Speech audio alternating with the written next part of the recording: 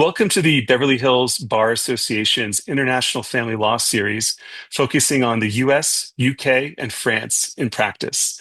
I'm Alphonse Provinziano, a certified family law specialist and fellow of the International Academy of Family Lawyers located here in Beverly Hills, California.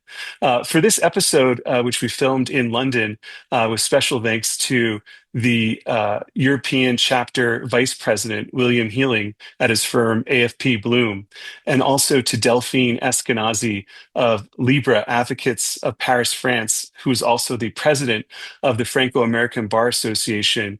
We're here to discuss family law and practice across the United States, the United Kingdom, and France.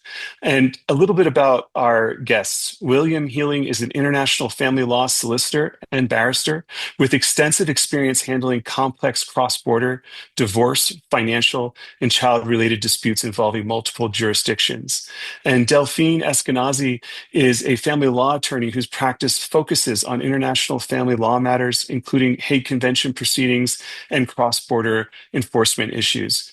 She's also a licensed New York State attorney. Together, they bring deep practical insights into navigating form selection, enforcement, and jurisdictional challenges in international family law. Well, let's get to it. Delphine, tell us a little bit about your work involving France and the US and the UK. We've had many cases with William, and indeed, very often at the beginning of the case, we often ask ourselves which forum will be the best placed to deal with the case. And that's usually how we start our discussion with William, especially when, for instance, you have two French nationals who live either in the UK or in the United States. I know you don't really have a basis of jurisdiction in California, which would be joint nationality if the spouses do not live in California. But in France, if you have two French nationals, we have full jurisdiction for the case, even so they don't live in France. And we've had a case together, as you may remember, where it was actually this fact pattern. So very often when we have two French nationals living, again, either in the US or in the UK, as a good practitioner, the first question you need to answer is, does it make sense to rush to court and to file first in either France or California or the UK? And that's usually where I start my discussions with William. And I would be very interested to know, sort of bouncing off that, and then to hear from Al afterwards, what your grounds of jurisdiction are, Al, precisely in California. Because with us, we have, since we left the European Union 5 years ago, we have broadly similar jurisdiction tests with compared to, as do European countries, continental countries. But we have a forum test as well, which we can come on to. But on jurisdiction, we have broadly the same grounds, but we don't have a joint nationality ground of jurisdiction. That's not allowed in England and Wales. But we do have this thing called domicile, which is a common law concept where if you were born in a place and your father had domicile of that place at the time of your birth, then that is your domicile of origin. You can then move your domicile around the world if you intend to go and live permanently somewhere else. But very often people don't change their domicile. I'm dealing with a case with the Middle East at the moment, where a family from East African diaspora moved to the London area, and their domicile of the family and the children who were born became England. They then moved around the world, but I'm securing my divorce jurisdiction based on the fact that the domicile of origin is London, or England, I should say. So domicile is an interesting concept. It's where you intend to live permanently. And that's very different from France. They don't have a concept of domicile in France. So Al, over to you. What are your grounds? Yeah, so different. Each jurisdiction has such a nuance with that. And that is really the first thing to think about. And the contrast really with France and England. In France, you can be both French citizens and you could live around the world, but then you can file in France. And obviously in England, it's the idea of domicile, which can be very expansive. But in the US, in most of our jurisdictions, and in particularly in California, it's very narrowly tailored. You have to have actually lived in the jurisdiction of California for the 6 months preceding the action. And even to file within one of our counties, you have to live there within for at least 3 months. So that's really kind of a bright line test. Our courts are open to anybody of any nationality, and unlike the current administration, you don't have to be a U.S. citizen to use the American court system. You simply have to be present in our system to file for divorce and to have lived here long enough. Now, there is an expansive view, and it depends on a jurisdiction by jurisdiction basis. If you had some link to California at some point and then left but never really intended to leave, William, just a little bit like England, you could say, you know what, we never really left California, even though we went and we moved to Saudi Arabia, for example. We kept our bank accounts here in the US. That's more of an exception. That's in re marriage of con. But that would be one kind of glaring exception. And it doesn't sound like a well-established rule. It's something you'd have to argue on a case-by-case basis.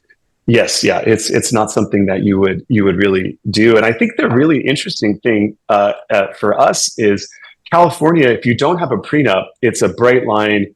Everything that's acquired during marriage is 50-50. But Delphine, as we found out in our case that we were working on with you, it's not so simple. In France, you can choose your marital regime. And when someone's got a case with a French national, what considerations should they have about selection of marital regimes and how that works in France, so people can understand that when they're doing the form selection analysis?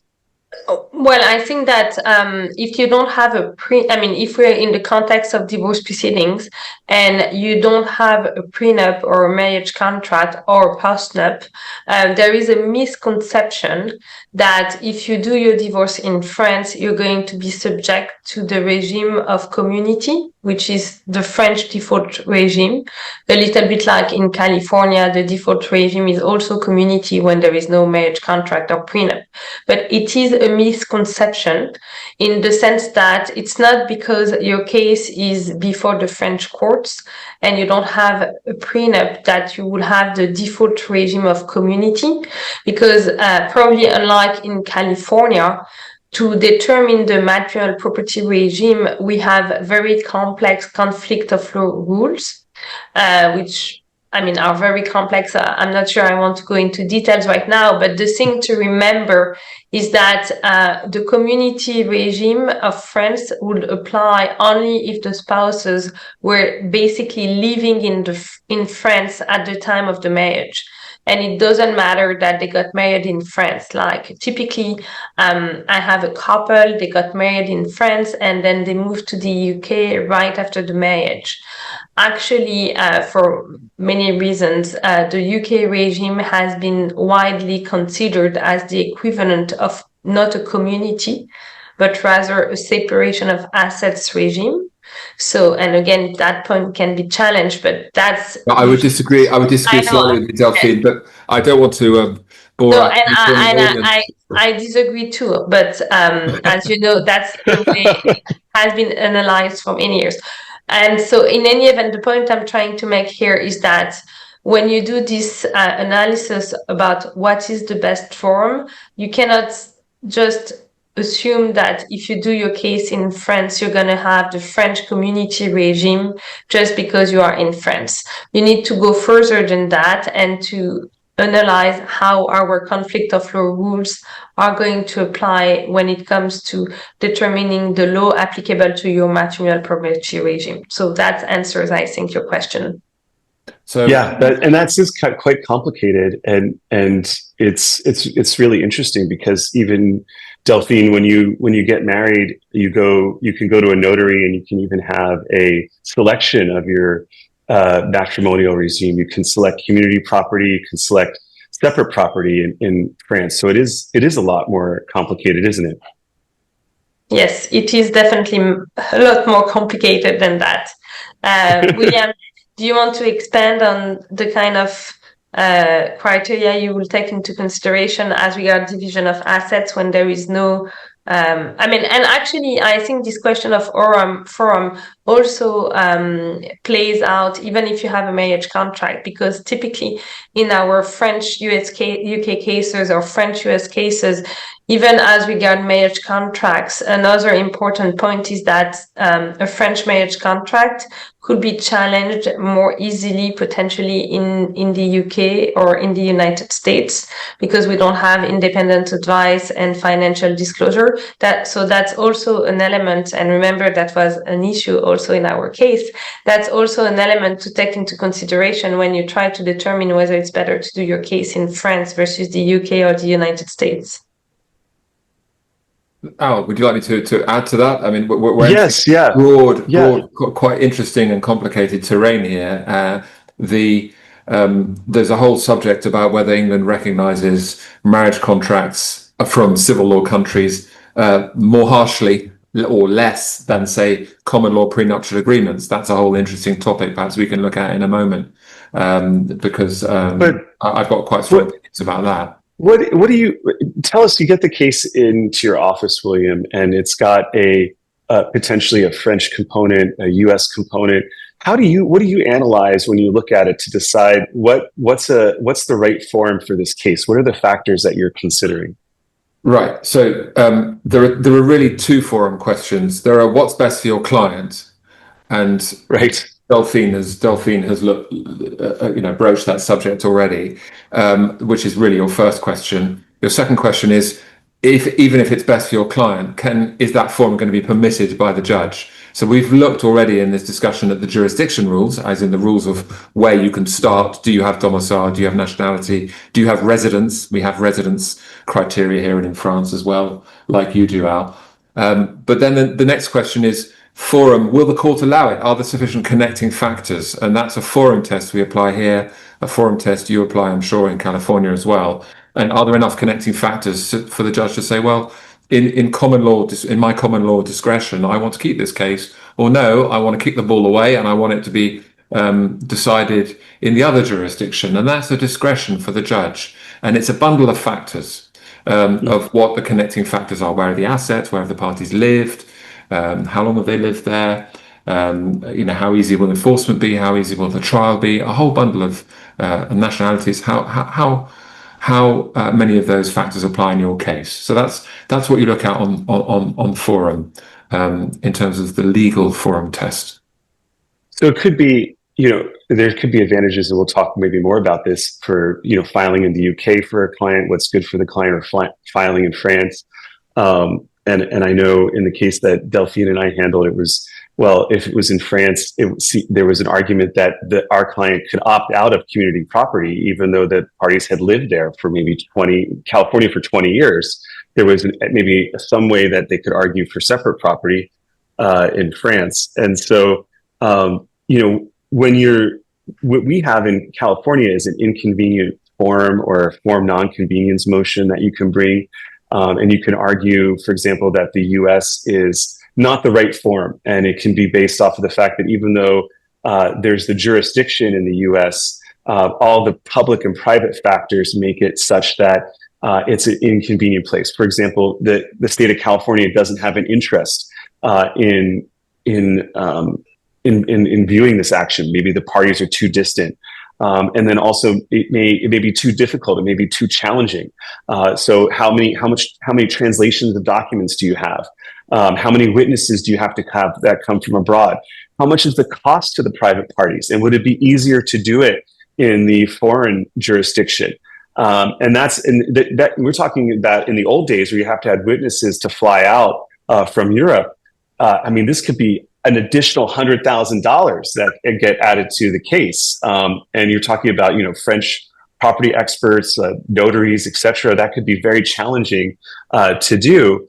And so, but I think it's easier with Zoom, because in Los Angeles, in particular, they'll let most witnesses appear via Zoom. That's interesting you say that, because I think my view is that the convenience of the trial, if you like, how expensive will the trial be, all those factors about witness travel, the world's got smaller. So I think those factors may be less important now than they were 20 years ago. And I think for sure, in terms of the forum test, the legal forum convenience test that you referred to, more important factors will be like, what are the genuine connecting factors with that forum? So for in England, in English forum tests, those are the really key factors now. That's the cutting edge, I think. And Delphine, when you're looking at what's the equivalent to an inconvenient forum analysis in France? Well, actually, I'm glad you asked the question because I was going to jump in and say that, we're a civil law country, and unlike UK or the US, we don't apply at all a forum convenience rule. We have a very strict mathematical rule, which is basically that if you have a case which is pending and again, that's what we had in our case together. If we have a case which is pending in a simultaneous way in France and in the UK or in the United States, you have two options. Either the courts in France consider that the case was filed first in France, and by filing, we can have a discussion also about the date of service, but I'm not going to go into that today. But let's say it's a simple case. It was filed and served first. Then the French courts will keep the case in France if, unless the other country is really, a country where there will not be a real legal process. But if it's the UK and the US, which are considered as, normal countries, for sure, France will keep the case if it was filed first. Conversely, if the case in France was filed second, then France will not keep the case and will dismiss it and send it back either to the UK or the United States. So again, we have a very mathematical rule, which means that very often when we have those discussions with William, and if we determine that France is a better forum, we have to do what we call a race to the court. We used to call that the Eurostar divorces, where the husband would rush to come to France to sign the papers and file it.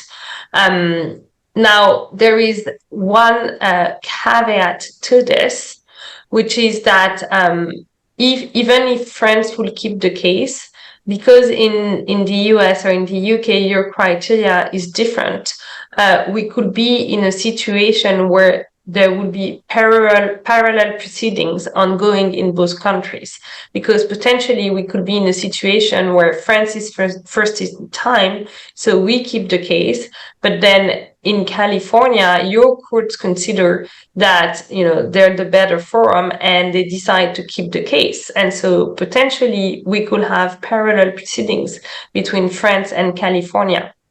And one thing to keep in mind is that if you obtain a judgment in California or in the UK first, then this judgment will terminate the French divorce case, even so France was first in time.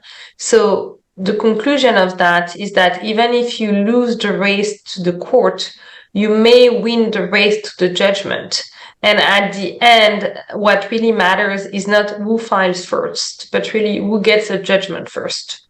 So how long does it take to get through the court system in France for a divorce case? That's the thing, is that the court system in France is extremely slow, and it's very easy to have this last for a few years. Honestly, it doesn't require a lot of effort to stall things in France.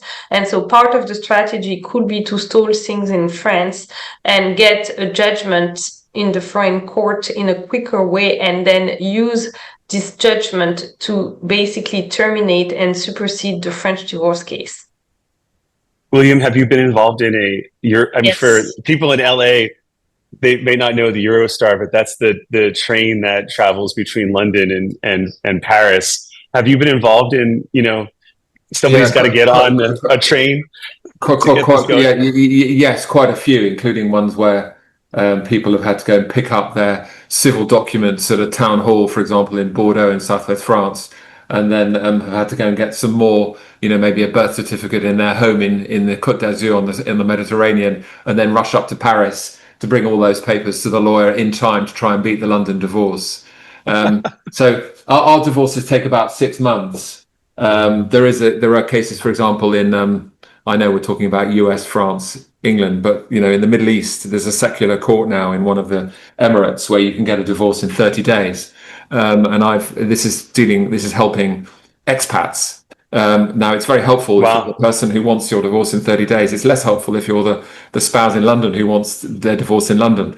And I've got one of those cases at the moment. So to go to Delphine's point, which is a very good point, if your result is going to be in 30 days, your divorce in a foreign court, for example, in the Middle East, 6 months is no use to you. So what do you do then? Well, what you do then is what we're doing now is to try for an injunction to injunct that person personally. You can't block them, the foreign court, but personally injunct them in personam to say it's called a humane injunction. You cannot do any further steps abroad because you're playing games. And your other option is to try and get an express divorce, but that's a very rarely used area of law. You can get a second go at divorce, though, in the UK, can't you, William? Yeah, we have a crazy jurisdiction called the second bite of the cherry. That's not the official name, but the official name is the 1984. In America, it would really be long the second bite at the apple. But the second bite of the apple. Exactly. So yes, it's something called the Matrimonial Family Proceedings Act. So if you've had a foreign divorce in a jurisdiction where, for example, the husband, I'm using a stereotype here of who the asset holder is. If the husband asset holder has managed to secure a low result for their spouse in, say, a jurisdiction like the Middle East, one of the Middle East jurisdictions, or Russia, then the wife could come to London and say, well, I have connecting factors with England. I've lived here for however long. Usually it's not very long because there might be a bit of forum shopping going on. You never know. And if they haven't lived here for very long, or if they have lived here long enough, the judge might say, well, you've lived here long enough, there are enough connecting factors with England, will allow you to try and get a second result here, a better result. And there's just been a very important decision in the higher courts of England, in a court of appeal involving a Russian case called Potanin, where the courts have said, it involves one of Russia's richest men, and the Court of Appeal has said that the wife can continue to bring her case for a second bite of the apple, as you say. And that case went on for quite a while on appeal, didn't it? Yes, and the Supreme Court made an important procedural decision about that case because the parties have lots of money, particularly the husband, and so he was able to take points of law all the way to Supreme Court. But the wife has persisted. He hasn't managed to knock her over, and she is persisting and seeking now her remedies, her actual remedies, and there will finally be a trial many years after this all started. And she got a lot less of a recovery in Russia. She had a divorce judgment, but then she's looking at like millions and millions that she could recover in the UK. So it's about both the quantum of the result and also the powers of enforcement, disclosure and enforcement in this jurisdiction. So I'd be interested to see what you both say about your own jurisdictions. But in terms of disclosure, the English courts are very powerful. So it's cards on the table. You can be fined or imprisoned if you don't follow the disclosure rules, and the enforcement is quite powerful. Although international enforcement is always difficult. Delphine, I know you know a lot about civil discovery in the US. Do you get that type of discovery in France? So, first, unlike in the United States, we're not in a discovery system. So it's really the judge who orders the communication of document, but it's not the parties directly. So it's slightly different from the US discovery process where you're seeking the information from the other side. More importantly, even so, financial disclosure is supposed to be mandatory in the French divorce process.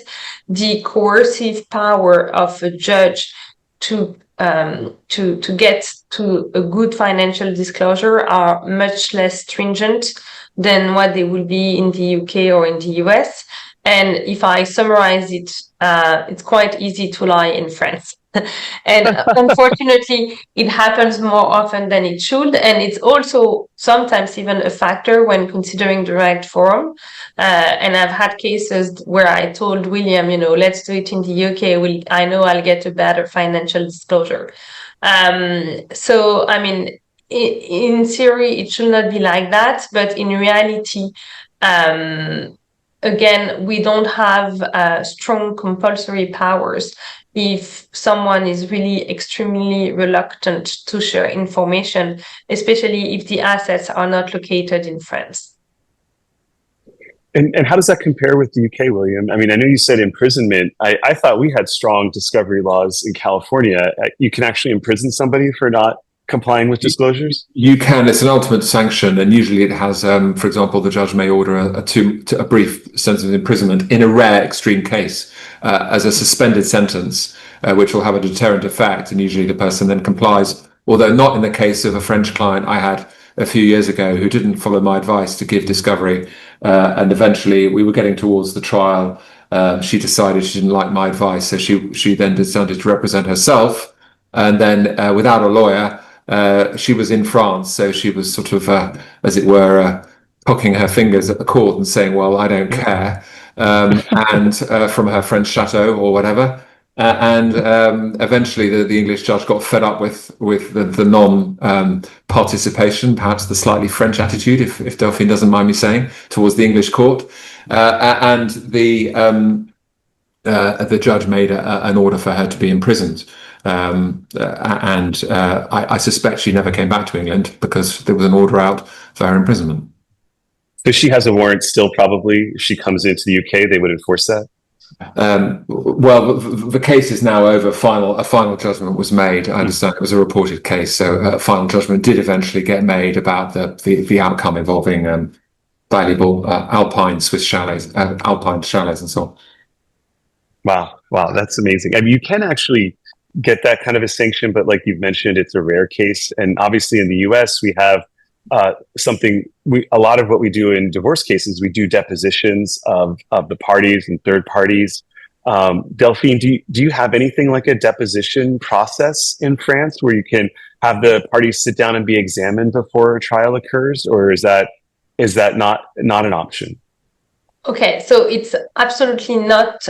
I mean, theoretically, we have the possibility to ask for someone to be heard as a witness. I can tell you I've tried to convince a judge a few times. It has never worked. And I think you can, even in civil or commercial cases, it's very rarely ordered, and even more in family cases. So the problem that we have is that, and it's going to be shocking for you, but most of our proceedings are in writing, and the oral arguments for a final divorce case are going to be maximum 20 minutes in front of a judge without any kind of witness. Everything is in writing. If you want to tell a story, or if you have a friend or whatever, someone who has to tell a story, it's going to be through affidavits in writing, where, as you can imagine, it's much easier to lie. And it's even worse than that, because it feels that now all of those affidavits are not always truthful, but they're also written by ChatGPT. So it's not really helping. Wow. To convince, but no, we don't have depositions. We have very limited resources when it comes to testing the credibility of a witness. The only thing is that when it comes to children, and if you have custody issues, the judge has the possibility to hear the child directly. So at least that's something. But when it comes to witnesses, no, there's never going to be any kind of oral deposition in our system. William, do you get a deposition in the UK? Well, we get written statements which can be very lengthy, and they're supposed to set out what is in that person's personal knowledge, and not extend into legal argument, because that's the job of the presenting barrister at court. And then in terms of oral evidence, we have long oral evidence potentially. I've got a couple of trials coming up. One of them is 7 days long, and the assets, to give you an idea of how disproportionate it can be compared to France at the other extreme. The case maybe only has a few million pounds in it, but it's still been listed for a 7-day trial because the issues have become complex. One party's behaving unreasonably, of course not my client, but the case is never your client, never your own client. Until they stop following your advice. The case is listed for 7 days. So that's really at the other extreme from Delphine's experience. Some would say our system is too luxurious, too long, and too expensive. And it's really interesting because in the US, in California in particular, up until about, I would say 2014, 2015, you could actually do a lot of your case in writing. And what I found is it was very efficient for the parties. But a lot of what Delphine said was true in California, where parties weren't being represented adequately. You didn't have that ability to cross-examine. You didn't have that ability to really test the affidavits. And judges a lot of times would want to do just hear an argument. And there was local rules in Contra Costa County, for example, that you had to submit all your declarations in advance. And if you didn't do that, they wouldn't necessarily consider it. And so this case came along called the Elkins case, and basically changed the ground. And we have Family Code Section 217 now, which requires, if you demand it, an evidentiary hearing. The judge can opt out of it, but they usually don't. So we're stuck in I think, probably for a good reason, a lot like the UK, where you can have very lengthy trials. I've talked to colleagues that have 30-day, 120-day family law trials in California that may be done by private judges. But for example, I have a domestic violence trial coming up here, and it's a 3-day trial just on domestic violence, and that's not all uncommon. I know a big thing that is on anyone's mind when you're thinking about the different forums, and maybe you could jump in first, William. Tell us a little bit about how child support and spousal support are structured in the UK, so that people understand when they're evaluating the different forms. A client comes to you and they're saying, I'm thinking about filing in France, or I'm thinking about filing in California. What do they need to know about child support and spousal support in the UK? So the three things probably to know are that child support and spousal support are dealt with via different systems and regimes. The spousal support regime is within court, and the child support regime is through a government agency. It was decided around 30 years ago that it would be best to use a government agency to keep child support disputes out of court and to have them decided by a formula. So anybody's earnings up to about $200,000, if that's their earnings, I've translated it, then that will be decided by a government agency, if according to a formula, and therefore there are set rates. If you have income in excess of that in a case, or if you need private school fees, because we have quite a large private school system here, if you need those paid, then you can get out of the government agency system and you go back into court to have your child support dispute decided. And that's whether you're married or unmarried. You can have your child support dispute decided in court for all couples. Spousal support is dealt with by the courts, and the sums can be large, running into very large sums indeed, according to the means of the parties. And they can be, the third thing to know is that we used to have a system of lifetime awards, which lasted during the joint lives of the parties. And as time has gone on in recent years, in the last 10 years, the case law has said that there is an expectation for spouses up to, say, their late 40s or early 50s, if they're separating, that they're expected to find their own earning capacity again. And that can be very tough for somebody who's been out of the labour market for a long time in a single earner family. But the court will expect the spouse to find even a modest earning capacity, even from a family who's used to quite a high level of income. True or false, William, though, you can get such a thing as like a mink coat allowance. You can get dining allowances. Oh, very much so. And it's according to, and I'm sure it's probably the same in California, the budget will be set according to the standard of living the family enjoyed during the marriage, and what is then affordable. So in high asset, high net worth and ultra high net worth cases, your budget is going to be very long, may even include a mink coat out. We don't, with the weather in Los Angeles, there's no real mink coat allowance, but I could see other allowances. But it's really just a set amount that you get every month. They don't. I thought that was always something that was so extravagant when reading about UK divorces, and just so people could understand. If, let's say, you may know this, just a ballpark. Let's say you have parents that are, one lives in the US. One lives in the UK, and the parent in the UK has about 80% of the custody, and the parent in the US is making $200,000. just a range, what are they looking at in terms of child support? Just so people would understand what that is. So the figures again were $200,000 for the main earner, and what was the other person earning? Maybe just a very nominal amount. That's very basic subsistence wages. At the more kind of day-to-day level, we're not talking about high net worth or ultra high net worth. Then you would be expecting perhaps that would net down if that was 200 gross and that netted down to, say, I don't know how precisely your tax system would net that down, but let's say it was netted down to $130,000, just over $10,000 a month. Then the other party might expect, if there are two children, the other party might expect a combination of child support and government agency child support and spousal maintenance coming to maybe half. It would also depend, i.e. $5,000, $6,000 a month.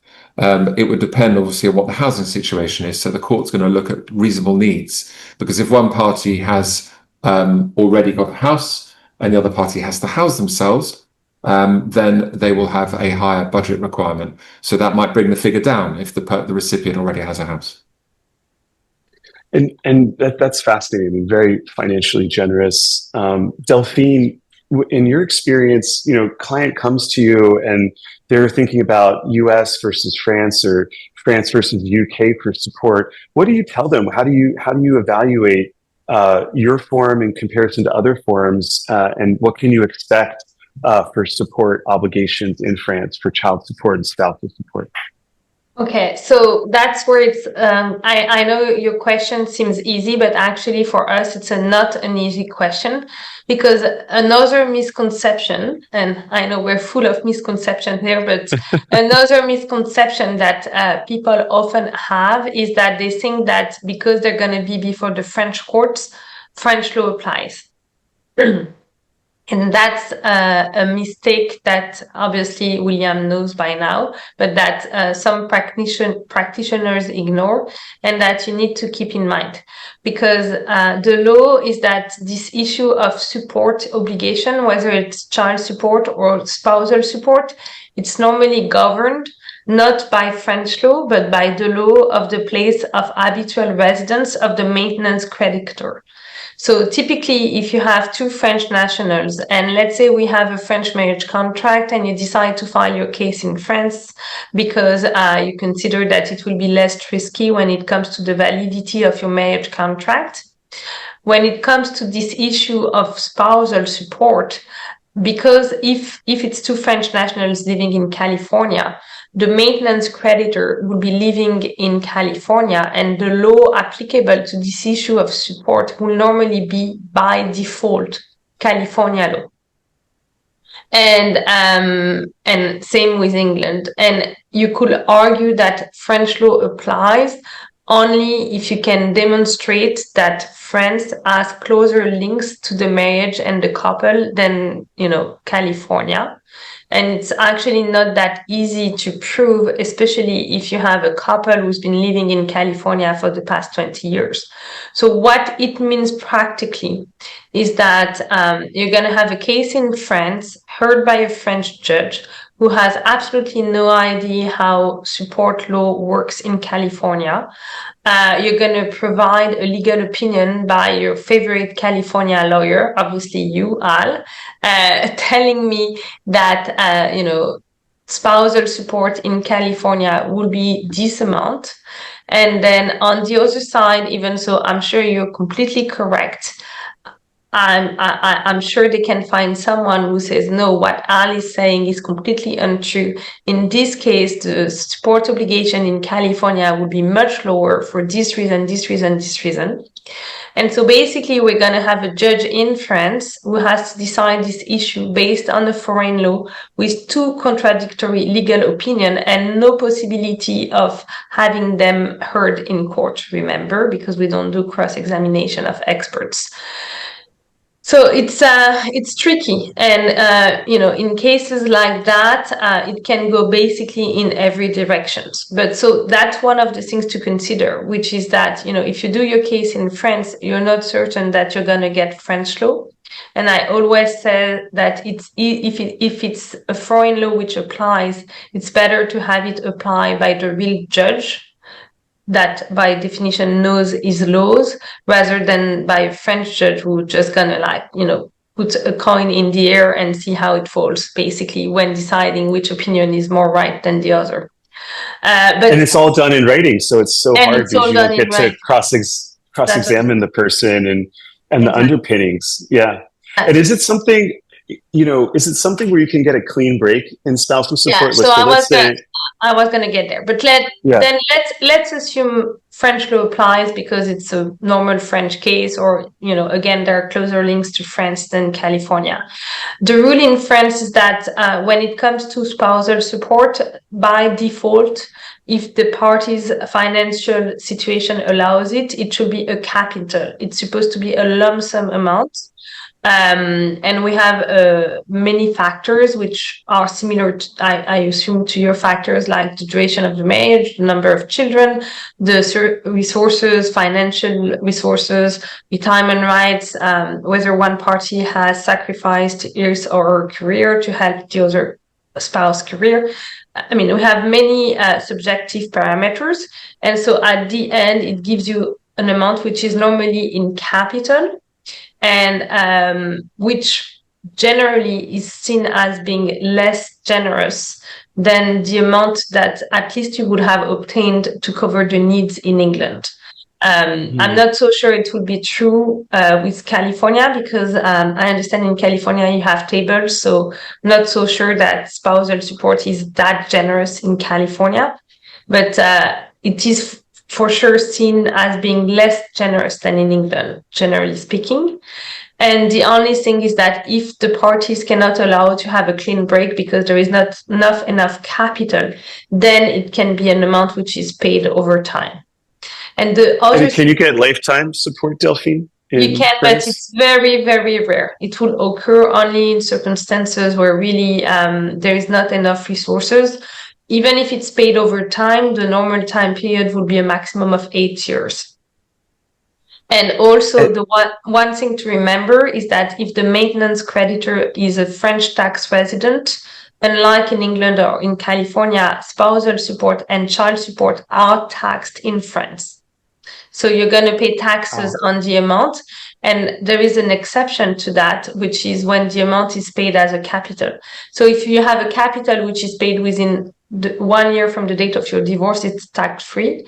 If you have an amount which is paid over time and for more than 1 year, then it's subject to your taxes within your income tax. And it's another reason for which spouses want to negotiate a capital when they're French tax residents. Can I jump in and say one thing? Is it right, Delphine, that although they're taxed in the hands of the recipient in France, whereas in England it's only taxed in the hands of the payer, i.e. they pay maintenance out of their net income. In France, it's the recipient who gets taxed, which is the system we used to have here, but the payer gets a tax subsidy. So you don't get full double tax. That's true. It's true, but the problem is that you're completely right, and thank you for adding that. But the problem that we have is when we have the maintenance creditor who's French tax resident, but then the maintenance payer is California or UK tax resident, then it does not get the credit because there is no necessarily a credit in your because the system doesn't work. They don't recognize the French tax subsidy applies to the payer. And I've had that on many cases. Right now I have a case where my client is the maintenance creditor and she lives in the US, and the husband is the maintenance payer and he lives in France. That's the best of both worlds because he's deducting the amount and she's not taxed in the US. But very often it's the opposite. Well, we have a saying in the U.S. No taxation without representation, but it sounds like it can definitely be a situation of double taxation on the payers. And what I think is really interesting is you really can't get a buyout by law. We call it a buyout. So I think, Delphine, when you're saying capital, you're giving someone a lump sum of capital, but you can only negotiate for that kind of a clean break in the US. And William, you can get a clean break as well in the UK on spousal support, right? Right. Unlike the US, but like France, if the judge is mandated to try by law, by statute, to try and achieve a clean break if the finances permit that, because they've got to try and untie the law says that the parties should be financially separate from each other as soon as achievable.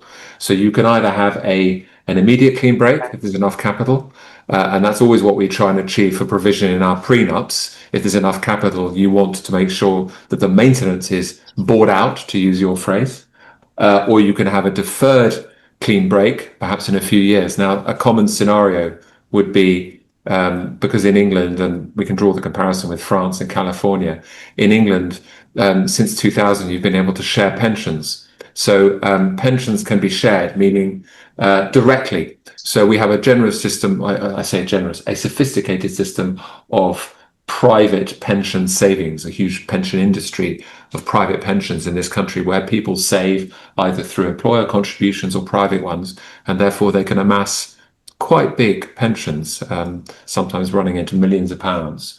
And those are directly shareable. So often a convenient date at which to achieve the clean break on the maintenance is at the retirement age of the parties, because then the shared pension will kick in and provide for a replacement for the maintenance in retirement, because the recipient of the pension share gets their own pension carved out.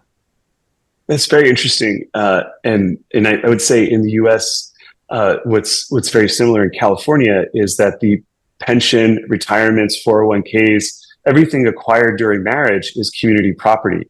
So we also have a precedent right now that at 65, they can't force you or compel you to work. So your spousal support can go away at that point in time. And that is when people's 401ks, Social Security, and if you work for the government, your pensions will kick in. So it is similar in that way. I'm kind of curious though, Delphine, you had kind of mentioned, and I've seen this too. I was curious about your thoughts on in continental Europe. Do you think, is your perception continental Europe, France, Spain, is it your perception that they're less generous jurisdictions than, let's say, the UK or the US when it comes to support in general, or is that just a overgeneralization?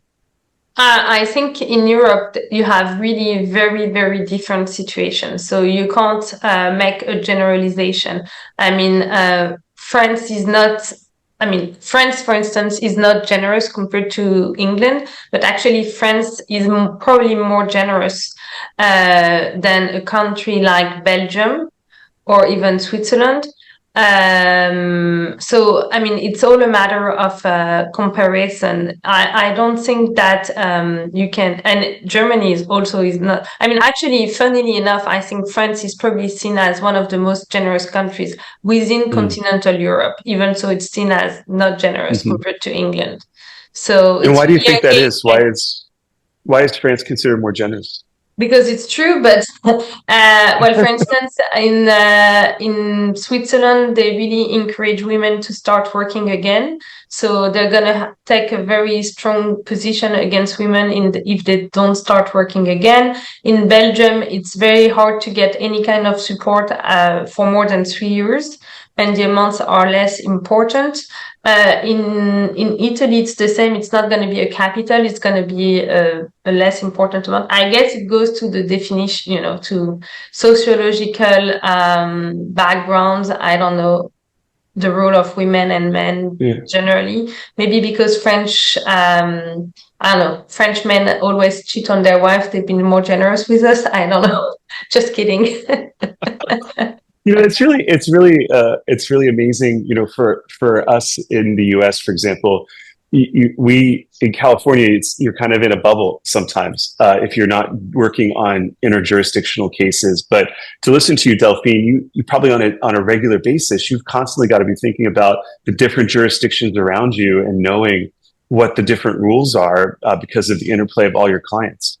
Well, the thing is that we have to always work with other jurisdiction, not just because it's important to file the case in another country, but more importantly, because as I explained, we have very complex conflict of law rules. So even when our case is in France, in a majority of my cases, I'm not going to apply French law.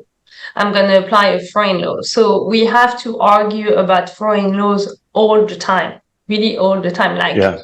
And we talked about the finances, but it's true also for the ground of the divorce, for custody, etc. So we're all the time working with colleagues like you or William on these issues. And yeah, I mean, it's quite fascinating. But for me, it would be strange to just apply French law when I have an international client.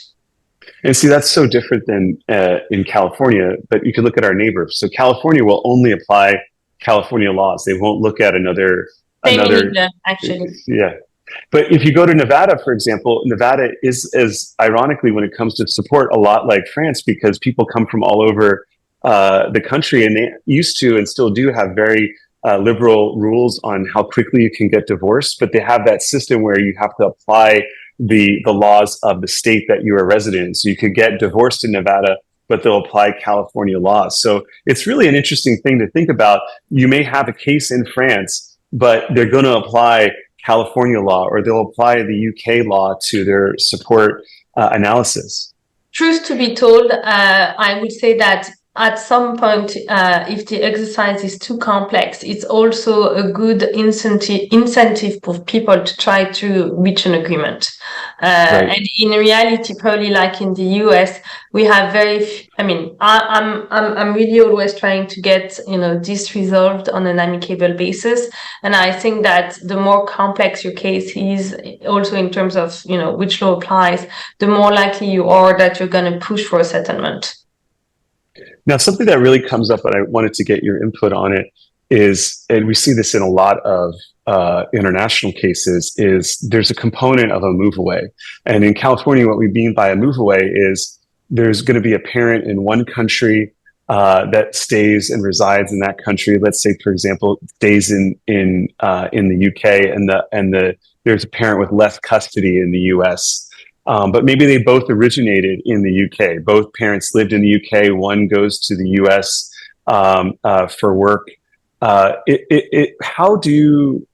William, how does the UK deal with relocation and move away cases when one parent's going to stay in, let's say, the UK, the other parent is in France or the US? They're vastly different distances that you have to deal with. So, these are difficult cases for judges and practitioners alike. There's no middle outcome possible, because the child obviously can't live in Iceland or Greenland. The child will have to be living with the stay-behind parent or the moving parent. And until 15 years ago, there was an emphasis or more favour given to the departing parent, because they could often say that if they were going to move and they were prevented from moving by the child remaining, that would be an emotional heart wrench. And the judges, the senior court judges, eventually said, well, the problem with that argument is, A, it doesn't prioritise the welfare of the child. It's about the emotional effect on the departing parent. And B, it encourages a sort of if I can say, a sort of, as you're in LA, a Hollywood sort of style sort of overacting by the departing parent about the emotional harm if they weren't allowed to move. So what you have now is a much more welfare focus, and you look at the two plans side by side for the party who stays and what that will mean for the child, and the party leaving and what that will mean for the child. And therefore it's harder now than it was 12 or 15 years ago to achieve a relocation, but not impossible if the plan is well made. It will be harder in a case where, for example, it might be somebody moving, say, to California for work reasons, and they're not a Californian national, a US national. Therefore, that might be a harder case to bring. But if they are a US citizen, returning home cases are usually easier to argue. And is there any, how does gender play into it? Is there any specific preference towards moms or dads, or is it pretty much an equal playing field? There must be no gender discrimination. I mean, it's a good question. I think there was under the old law that I described, where it was, say, a relocating mother. But now, with the increasing role of equal role in childcare, particularly for children 3, 4, and upwards, then there is no discrimination. And is it something? I mean, obviously the distance is so different. So if it was UK to France, it's easier to get to, but if it was UK to California, obviously it's involves a very lengthy Totally agree. flight. Yeah. Totally So is it agree. different custody plans? What would you expect in those contrasting So situations? the plan is going to involve how much contact the leaving parent can provide the stay behind parent, and how practical that contact will be, to use Delphine's mode of transport, the Eurostar again. If somebody is moving to Paris, it's going to be relatively easy. I always say, if I'm acting for the departing parent, well, it's just as easy. The trains are better than going maybe to the north of England. So the connections are better. But if it's the south of France, it might be harder. If it's California, it's going to be a whole other ball game to try and assure the contact, and you're going to be looking just at holiday contact. And obviously the school breaks are even different in the UK than the US. In the US we have a summer break, but if someone was in the UK, it's spread out a few times a year. So if the stay behind parents in the UK, would you have that kind of just on school breaks, for examel, and not Correct. not So you're going to be focusing on school breaks and possibly half terms. We have some 2-week half terms, mid-term breaks as well, but no more than 3 or 4 times a year realistically. And then hopefully the left behind parent, if it's granted, if the relocation is granted, the left behind parent will be able to visit if they have the means and time in between times. And Delphine, how does France deal with relocation cases? What do they factor in, and is it something that's possible, or do they keep the children primarily in France, or is it possible to relocate to other forms? Well, I mean, I think our analysis here would be quite similar to how UK courts or California courts would look at it. It doesn't really matter whether it's a national or not a national. The main criteria will be whether it's gonna basically harm the other parent's rights in terms of access. So if you have a relocation case, which is, between France and England or France and Belgium, which by the way is only a 1-hour train ride from Paris, and you're representing the mother and the father used to see the child every other weekend, half of the holidays, you have a pretty good case, because you can argue that moving to England or to Belgium is not going to change the frequency of the access rights. Now, obviously, if it's about moving to the United States, whether it's the East Coast or the West Coast, it's going to be really a uphill battle. Really, really a uphill battle. You have many factors, how long the child has been in France. I used to represent a client. She actually had come from California to work in France with her husband.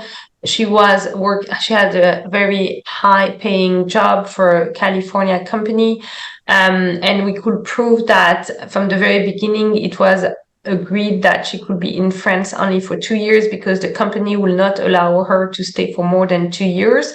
And they actually separated during that period. The husband, who was French, wanted to stay in France. We were able to argue that from the very beginning, the move to France was supposed to be temporary, and that she was going to lose her job if she were to stay in France. And so we got the authorization for her to relocate to the United States with the children. But as you can see, it's a very specific case, because the children had never been in France before. They had spent only 2 years, and we could prove that, again, it was very temporary from the very beginning as a last joint intent. But unless you have a fact pattern a little bit like that, if you're representing someone who's American, who's been in France, who's had children in France, who's been living there for many years, it's going to be very hard to obtain the authorization to relocate to the United States just because there is a separation. Because the courts are going to consider that, this person decided to have a child in France with someone who's living in France, and it's in the child's best interest to remain geographically in a place which is going to allow to have regular contacts and access with both parents. And so let's say the child stays in France, and the other parents in California. What does that look like in terms of visits? When would the the parent in California see the child, and when would they be able to go to California in a case where they're authorized to leave? The good thing about France is that we have holidays very often. So in France, you have 2 months during the summer, and then you have 2 weeks every 6 weeks. So basically, you have 2 months off, then you have 2 weeks end of October, 2 weeks Christmas, 2 weeks February, 2 weeks April, and usually you have even 5 days in May, and then the school ends, let's say, end of June and doesn't start again before September. So as you can see there, I think we probably have one of the calendar with, the most holiday periods maybe in the world. Never done the comparison, but quite sure we have lots of holidays. So that makes it easier. And, if you have this kind of case, I would argue that to compensate the fact that the left behind parent lives far away, he or she should have most of the short holidays, and then maybe the summer, like 5 weeks out of 8 to compensate. And then you can argue on who needs to bring the child, whether the child is old enough to travel on his own, things like that, who's going to pay the cost of the travel. But I think that, if I represent a parent who wants to relocate, I will offer to compensate that, again, the left behind parent, the one staying in France, should have access during most of the holidays, so that, I increase my chances of convincing the judge to allow me to relocate. And my kids would love that schedule, 2 weeks off every 6 weeks. They actually... My kids love that too. Yes, yeah. We're shooting this in September, so they actually have an off day in September that they were very happy to take yesterday, which is really extremely rare for them to have. So it's something where, like, the parent, let's say in California, would they alternate the 2-week breaks, or would they have almost get every 2-week break out in California? I think that could be, because the thing is that, you're not going to travel to California just for 1 week. It's quite tiring. So that's what I would argue. Maybe as an exception, Christmas you can share, because every parent wants to have Christmas. But other than that, I will definitely offer that. And I'm kind of curious, as the world gets smaller, and we talked about this a little bit, William, what do you see as sort of the future of international family law? Where do you see it going in the next decade or so? Well, I was thinking about this. I think there are two contradictory trends, perhaps, and a third one. I'll start with the third one, the last on my list. I mentioned it earlier that there's a recognition by court systems and judicial systems around the world that you've got to provide a law which meets the needs of foreigners. So that the example was UAE, the Abu Dhabi court, where there's a secular private court system now. That's because otherwise you operate under Sharia law, which won't work for you if you're not married under Sharia law. So there's a recognition that you have to provide a court system for foreign people in some areas of the world. There's a sophisticated use already in France of foreign applicable law, which we don't have in England. I think there's pressure on us here to start recognizing, for example, which we do it very badly at the moment, but more pressure because we're very international here, to recognize foreign marital regimes. We don't do that very well. So I think there's a pressure to recognize things internationally. Will it happen quickly? I don't think so. We live in a world where barriers are going up. So that's my sort of first 2 points. My last point is I think that AI may provide us with more means of searching for financial assets across borders and more easily, and doing more investigation. This is very much a kind of an emerging area. We're all feeling our way, but AI may allow us to trace assets more easily than we have before. But then against that, I would set the secrecy of the offshore jurisdictions. We sit at the middle in England and Wales, we sit at the middle in the middle of a sort of old, archaic imperial, if you like, offshore system of offshore centres where people can hide assets. And whilst you can get quite powerful disclosure orders from English courts, it's quite hard to crack open offshore hidden assets. So despite AI, I think the offshore system is here to stay. So those are my sort of trends and counter trends.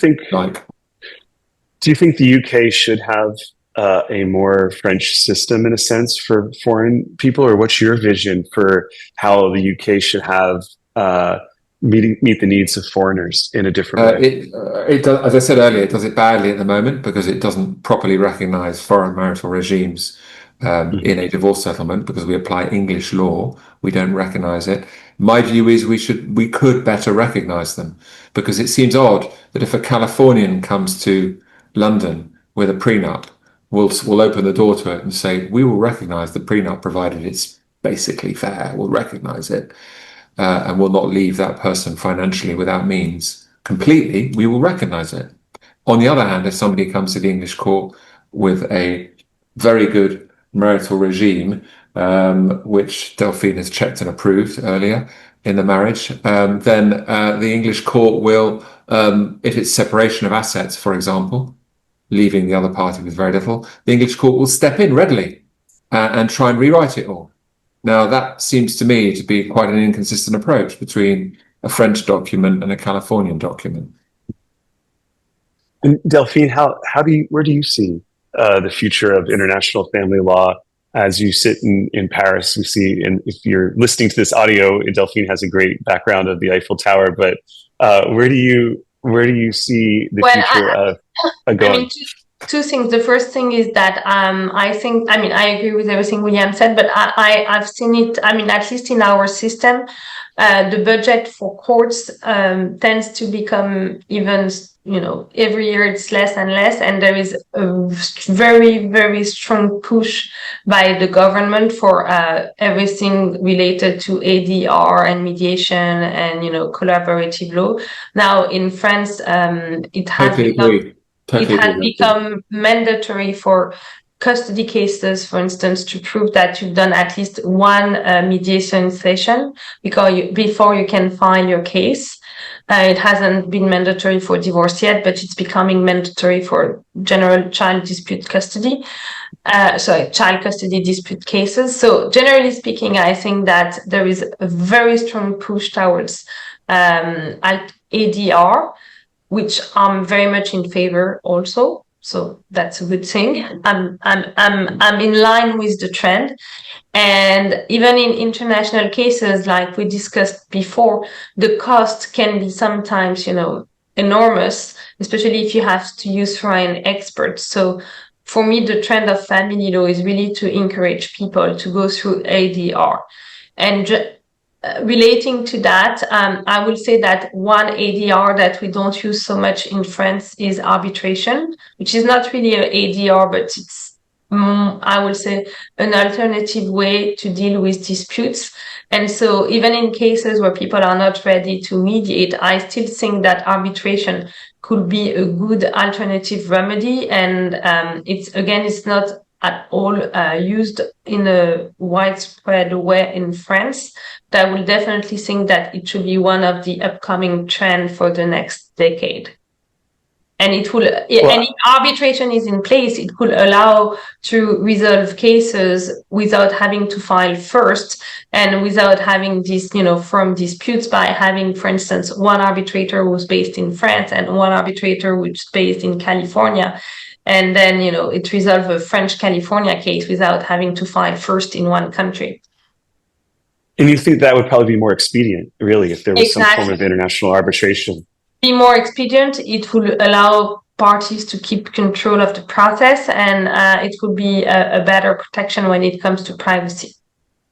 Is there anything brewing in terms of any treaties that you're aware of to get in that direction, or is that more theoretical right now? Well, I know that between France and England and the United States, if you have a commercial dispute, we have international convention. As far as I remember from my background as a litigator. It's the New York Convention, which allows recognition between France and several countries in terms of arbitration awards. And there is no reason that this convention will not apply for an award in family law. The only caveat to that may be things relating to child custody, where there could be an argument as to on whether arbitration will not be against French public order. But as regard, purely financial issues like division of assets, there is no reason arbitration awards will not be recognized. Delphine, Eskenazi, William Healing, two amazing lawyers across the world. At the BHBA, we really appreciate your time in explaining all of these very complicated things to us. And I know, along with my colleagues, if there's an issue coming up in France, Delphine, we know where to find you at Libra, Avocats, and William, the same thing in the UK at AFPBloom. We truly appreciate your time, and it's been great to bring these topics to the forefront because LA is such an international city. We have all of these residents here in our city. So thank you so much, Delphine and William, for your time today.